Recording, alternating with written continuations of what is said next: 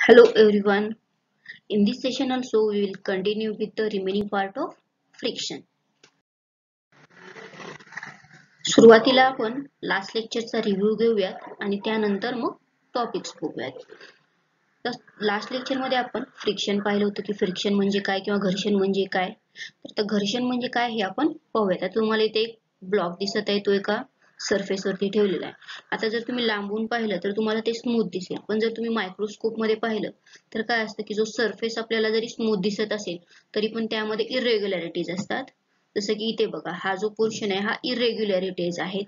यामुळे काय होतं की हे जे दोन सरफेस आहेत ते एकमेकांमध्ये इंटरलॉक होतात आणि या इंटरलॉक मध्ये एक फोर्स निर्माण होतो जो की गतीला त्याच्या विरोध करत असतो. त्यालाच आपण फ्रिक्शनल फोर्स असं म्हणतो. आणि ही जी ऍक्टिव्हिटी किंवा हा जो फिनॉमिना आहे त्यालाच आपण फ्रिक्शन असं म्हणतो. So frictional force is the force which opposes the motion of the object असं आपण त्याला म्हणूया. तर पुढे नंतर पाहिलं होतं आपण ऍडव्हान्टेजेस ऑफ फ्रिक्शन, घर्षणाचे फायदे. तर सर्वात महत्वाचा फायदा आपण पाहिला होता जो की चालण्यासाठी किंवा व्हेइकल मुवमेंटसाठी किंवा व्हेइकल स्टॉप करण्यासाठी, तसंच पॉवर ट्रान्समिशनसाठी किंवा एखादी वस्तू तुम्हाला शार्प करायची असेल त्यासाठी, किंवा साधा खिळा जरी असेल तो भिंतीमध्ये किंवा लाकडामध्ये ठोकायचा असेल तरी सुद्धा घर्षणाची गरज असते. तर असं जवळपास डेली लाईफ मध्ये सर्वच ठिकाणी आपल्याला फ्रिक्शनचा उपयोग होतो किंवा घर्षणाचा उपयोग होतो. आता याचे डिसएडव्हान्टेज म्हणजे तोटे काय. तर सर्वात पहिलं काय असेल तर हीट.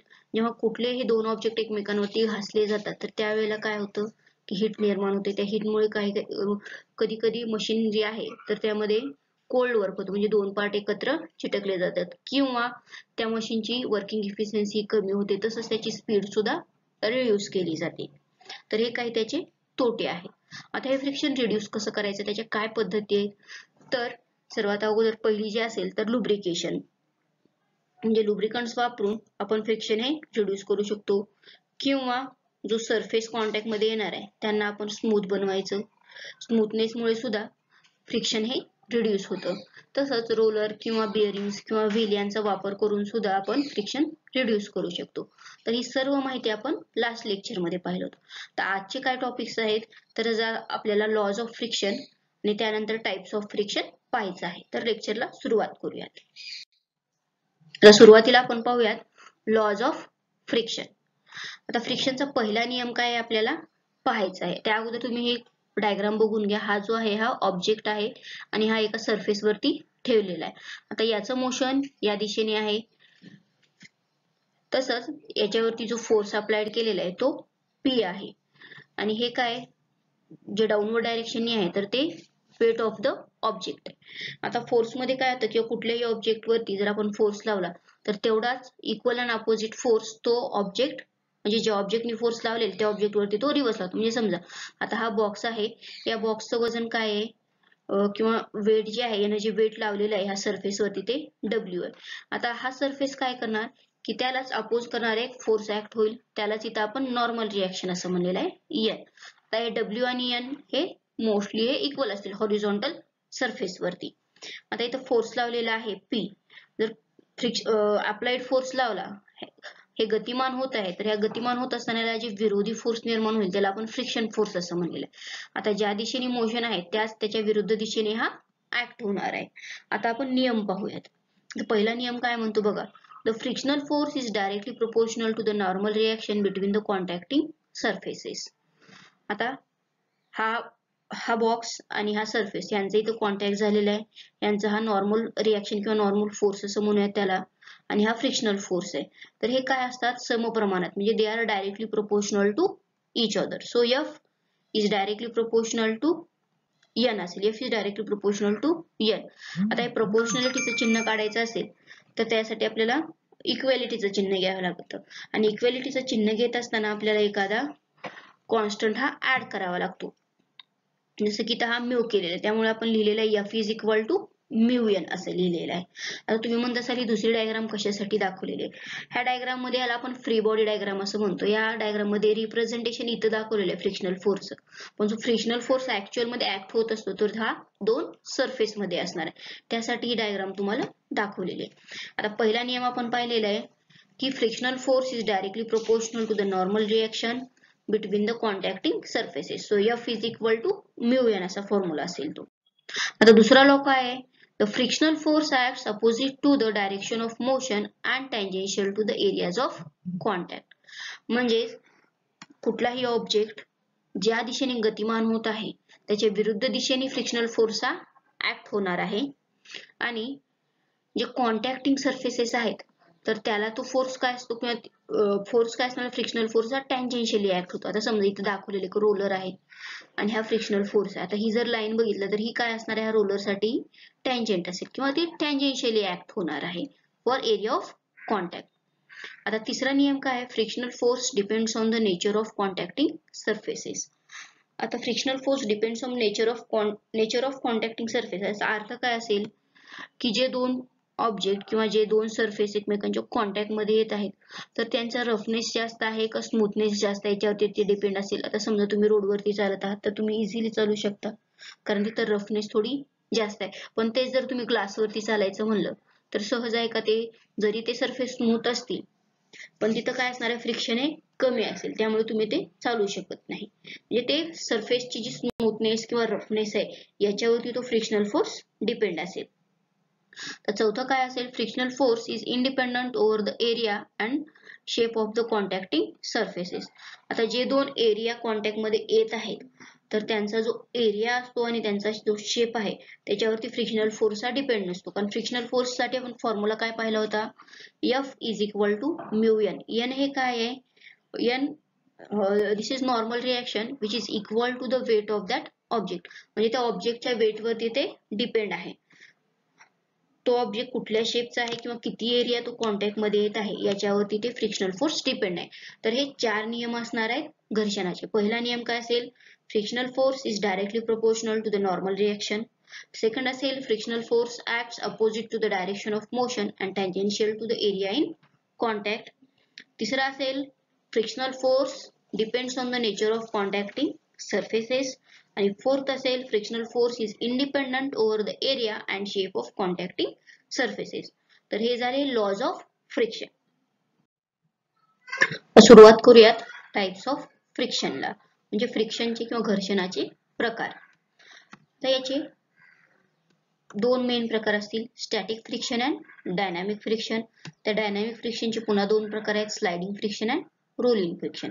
आता प्रत्येकाचे आपण डेफिनेशन पाहूयात की काय आहेत त्या. सुरुवातीला असेल स्टॅटिक फ्रिक्शन. स्टॅटिक फ्रिक्शन म्हणजे काय हे पाहूयात. The friction between the two solid objects when at a rest is called static friction.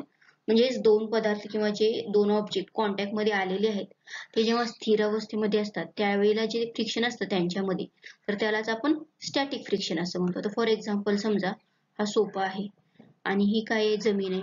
आता हा सोफा जो आहे जमिनीवरती ठेवलेला आहे म्हणजे याचा जो पाय आहे सोफ्याचा इथला आणि इथला हा भाग आणि जमिनीचा इथला भाग आणि इथला भाग तर यांच्यामध्ये काय असणार आहे? घर्षण असणार आहे. आता जेव्हा कधी तुम्ही हा मूव्ह करण्याचा प्रयत्न करता जर इनिशियली तुम्ही फोर्स अप्लाय केला तर त्यावेळी तो काही लगेचच मूव्ह होत नाही. कशामुळे मूव्ह होत नाही? तर हा जमिनीचा जो भाग आहे आणि हा जो पायाचा भाग आहे म्हणजे जो एरिया कॉन्टॅक्ट मध्ये आलेला आहे तर तिथं काय असतं? फ्रिक्शन असतं. त्यामुळे सुरुवातीला आपण हा सोफा फोर्स लावला की लगेचच तो काही पुढे सरकत नाही. जसं जसं हळूहळू फोर्स वाढू एका वेळेला कंडिशन येईल की त्यावेळेला तो सरकेल. म्हणजे तो सरकण्याच्या अगोदर जे काही फ्रिक्शन असेल तर त्याला आपण स्टॅटिक फ्रिक्शन असं म्हणतो. त्या स्टॅटिक फ्रिक्शनचा उपयोग काय होतो? बघा static friction can prevent an object from sliding down on a slope surface. म्हणजेच उतरणी वगैरे असेल त्यावरती जर आपण एखादा ऑब्जेक्ट ठेवला तर तो काय होतो? स्लिप होत नाही. तर अशा केसमध्ये स्टॅटिक फ्रिक्शन हे उपयोगी असतं. आता पुढचा कन्सेप्ट आहे limiting friction. When the frictional force is equal to the applied pulling force then the friction between the two surfaces is known as the limiting friction. म्हणजेच लावलेला फोर्स आणि फ्रिक्शनल फोर्स हे दोन्ही जर सारखेच असतील म्हणजे समान असतील तर त्यावेळेला त्या फ्रिक्शनला आपण लिमिटिंग फ्रिक्शन असं म्हणतो. पुढचं आहे डायनॅमिक फ्रिक्शन. बघा it is the friction between the two objects when are in motion is called dynamic friction. म्हणजे जेव्हा कधी दोन ऑब्जेक्ट हे गतिमान अवस्थेमध्ये असताना ते एकमेकांच्या कॉन्टॅक्ट मध्ये असतील तर त्यावेळेला त्यांच्यामध्ये जे फ्रिक्शन असतं तर त्याला आपण म्हणणार डायनॅमिक फ्रिक्शन. त्याच डायनॅमिक फ्रिक्शनला आपण कायनेटिक फ्रिक्शन असं सुद्धा म्हणतो. आता या डायनॅमिक फ्रिक्शनचे दोन प्रकार असतील sliding friction and rolling friction. तर आता पहिला पाहूयात आपण स्लायडिंग फ्रिक्शन. आता इथे तुम्हाला ऑब्जेक्ट दिसत आहे, एक बॉक्स दिसत आहे जो एका दुसऱ्या बॉक्सवरती किंवा एका सरफेसवरती ठेवलेला आहे आणि तो काय करत आहे, तो जो बॉक्स आहे त्या बॉक्सवरती स्लिप होत आहे किंवा घसरत आहे. तर जेव्हा एखादा पदार्थ, इथं बघा हा बॉक्स ब्ल्यू कलरचा या ग्रीन कलरच्या बॉक्सवरती घसरत आहे म्हणजेच हा स्लाइड होत आहे. तर यावेळेला या बॉक्सचा सरफेस आणि या बॉक्सचा सरफेस यांच्यामध्ये जे फ्रिक्शन असेल त्याला आपण स्लायडिंग फ्रिक्शन असं म्हणतो. बघ, it is the friction experience by an object when it slides over the another object. म्हणजे जेव्हा कधी एखादा ऑब्जेक्ट दुसऱ्या ऑब्जेक्ट वरती स्लाइड होतो त्यावेळेला जे फ्रिक्शन असेल त्याला आपण स्लायडिंग फ्रिक्शन असं म्हणतो. The sliding friction is always less than the limiting friction. Limiting friction हे मॅक्झिमम फ्रिक्शनची व्हॅल्यू असते, कारण आपण फोर्स इनिशियली लावत असतो, हळूहळू तो फोर्स वाढवला आणि एक मॅक्झिमम कंडिशन येते की जिथे applied force frictional forces same असतात आणि त्यानंतर मग काय होतं की ऑब्जेक्ट मूव्ह व्हायला सुरुवात होतो. ऑब्जेक्ट मूव्ह व्हायला सुरुवात झाली की ती फ्रिक्शनची व्हॅल्यू ही कमी होते.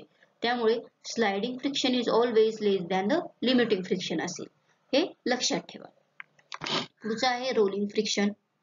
बघा, आता इथे तुम्हाला सायकल दिसत आहे, म्हणजे ह्या सायकलचे हा जो व्हील आहे ह्याचा शेप कसला आहे, रोलर सारखा आहे किंवा तो गोलाकार आहे.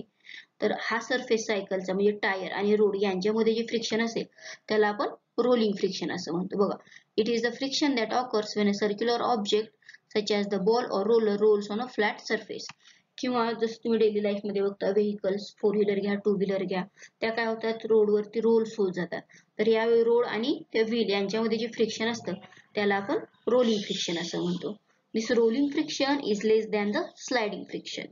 लक्षात ठेवा, स्लायडिंग फ्रिक्शन हे लिमिटिंग फ्रिक्शन पेक्षा कमी असतं आणि रोलिंग फ्रिक्शन हे स्लायडिंग फ्रिक्शन पेक्षा. आता इथे आपण पाहूयात की फ्रिक्शन जे आहे, जे स्टॅटिक फ्रिक्शन हे ग्रेटर दॅन डायनामिक फ्रिक्शन किंवा जे स्लायडिंग फ्रिक्शन आहे, रोलिंग फ्रिक्शन आहे यांच्यापेक्षा जास्त कसे आहे. तुम्हाला एक डायग्राम दिसत आहे इथे, त्याच्यामध्ये तुम्हाला दिसेल की एक जे ट्रक आहे एक बॉक्स मूव्ह करण्यासाठी प्रयत्न करते, म्हणजे सुरुवातीला काही फोर्स लावला, बघा अप्लाइड फोर्स, फ्रिक्शनल फोर्स, त्यानंतर काय होतं की सडन जे व्हेकल आहे ते काय झालं, मूव्ह झालं, म्हणजे तो बॉक्स मूव्ह झालेला आहे. म्हणजे इथं काय होतं, जो फोर्स आपण लावत आहे तो कमी लावावा लागतो आणि मग ते मूव्ह होतं. म्हणजेच स्थिर अवस्थेमध्ये असताना जे फ्रिक्शन असेल त्याला आपण स्टॅटिक असं म्हणतो. म्हणजे फोर्स जसं जसं वाढवू आपण तर तसं तसं काय होणार आहे की फ्रिक्शन फोर्स हा वाढत जाईल. म्हणजे अप्लाइड फोर्स वाढवला की फ्रिक्शनल फोर्स वाढत जाईल. एक अशी कंडिशन येईल की त्या कंडिशन नंतर तो ऑब्जेक्ट काय होईल की मूव्ह होईल आणि मूव्ह झाला की काय होतं, त्या केसमध्ये अप्लाइड फोर्स आपल्याला कमी लावावा लागतो. मग आता गतिमान अवस्थेमध्ये असताना कुठलं फ्रिक्शन असणार आहे, कायनेटिक फ्रिक्शन असेल. जसं की पुन्हा इथे बघा तोच ग्राफ इथे दाखवलेला आहे. अप्लाइड फोर्स एक्स ऍक्सिस वरती, वाय ऍक्सिस वरती फ्रिक्शन फोर्स असेल.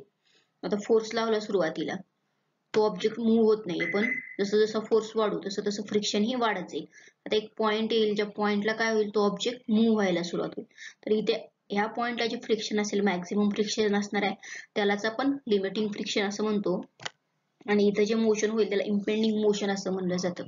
आता या पॉइंट नंतर काय होतं की अप्लाइड फोर्स हा कमी लावावा लागतो, म्हणजे इथं सडन डिक्रीज होते आणि त्यानंतर जे फ्रिक्शन असेल हे कॉन्स्टंट असणार आहे फ्रिक्शन, त्याला आपण कायनेटिक फ्रिक्शन असं म्हणतो.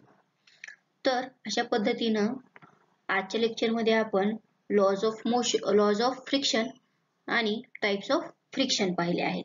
त्याचा अजून एकदा आपण रिव्ह्यू घेऊयात. तर लॉज ऑफ फ्रिक्शनचे 4 नियम आपण पाहिले होते. पहिला नियम काय म्हणतो, frictional force is directly proportional to normal reaction. दुसरा काय म्हणतो, F moves opposite to the motion. म्हणजे फ्रिक्शनल फोर्स हा काय असतो, अपोजिट टू मोशन असतो. तसंच तिसरं काय आहे की frictional force depends on nature of contacting surfaces.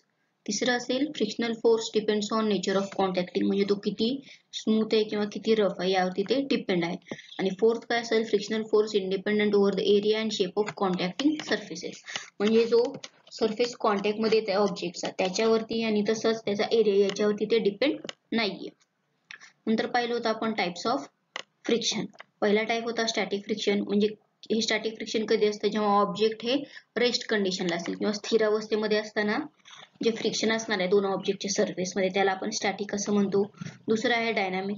जेव्हा कधी ऑब्जेक्ट मोशन मध्ये असेल त्यावेळेला जे फ्रिक्शन असेल त्याला आपण डायनामिक किंवा कायनेटिक फ्रिक्शन असं म्हणतो. त्या डायनॅमिक मध्ये पुन्हा स्लायडिंग फ्रिक्शन म्हणजे एक ऑब्जेक्ट दुसऱ्या ऑब्जेक्ट वरती स्लाइड होत असेल तर त्यावेळेला जे फ्रिक्शन असतं त्याला आपण स्लायडिंग फ्रिक्शन असं म्हणतो, म्हणजे object slides over each other. आणि चौथं असेल रोलिंग फ्रिक्शन. आता याच्यामध्ये काय होतं की एक ऑब्जेक्ट दुसऱ्या ऑब्जेक्ट वरती रोल होतो. This objects roll over each other. तर हे झाले टाइप्स ऑफ फ्रिक्शन. तर आजच्या लेक्चर मध्ये आपण इथेच थांबूयात. So thank you all of you.